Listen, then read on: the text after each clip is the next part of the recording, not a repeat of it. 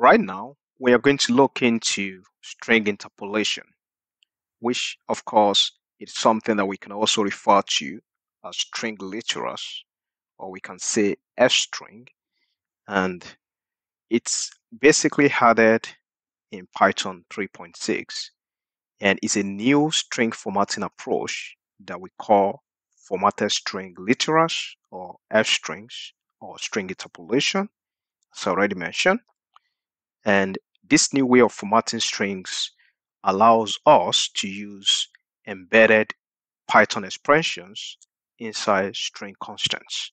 So today we're going to see how we can use string interpolation to format the string. Let's get started. So now what I will do here is I'll create a name here. So let's say this name, for example, is Uduka. Okay. So we have a name right there. And I'm going to create a new name here. So let's call it name2. So that will be name underscore 2. And let's call this basically Ushe. Okay. And of course, we can go on and create another name here. So let's call this name3. And I'm going to assign name here. Okay. To be Candy. Okay. So we have those names. And what I want to do with these names are basically to print them out using the string interpolation.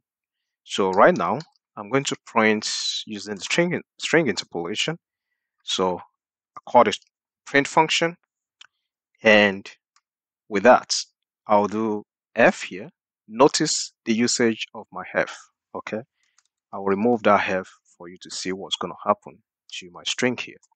So here we have hello and there. Okay, and right here, what I want to do is to use what we refer to as this curly braces here, and I'll put the name to be, for example, let's say we want to print the first name to be name, and I want to print the second person, and that will be name2, and I'm going to print them in order of how we declare them, and right here I'll put name3.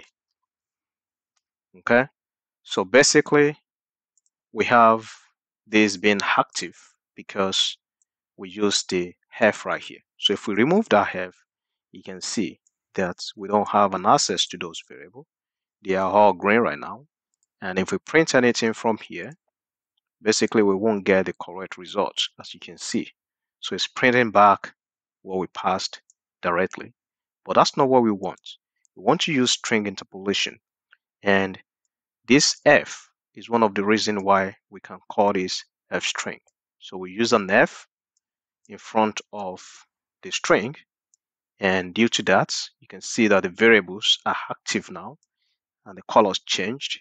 And right now if we try to run at this time, we can see that we have the result. Hello there, Uruka, Ushe, and Kende. So basically this is how we do the string interpolation, and we can give another example here quickly. So let's say here, and we're gonna assign 2, and I will take 7 and assign to B, and basically I will probably have to just print out something here. So let's print using the f string again, and I'll say a right here.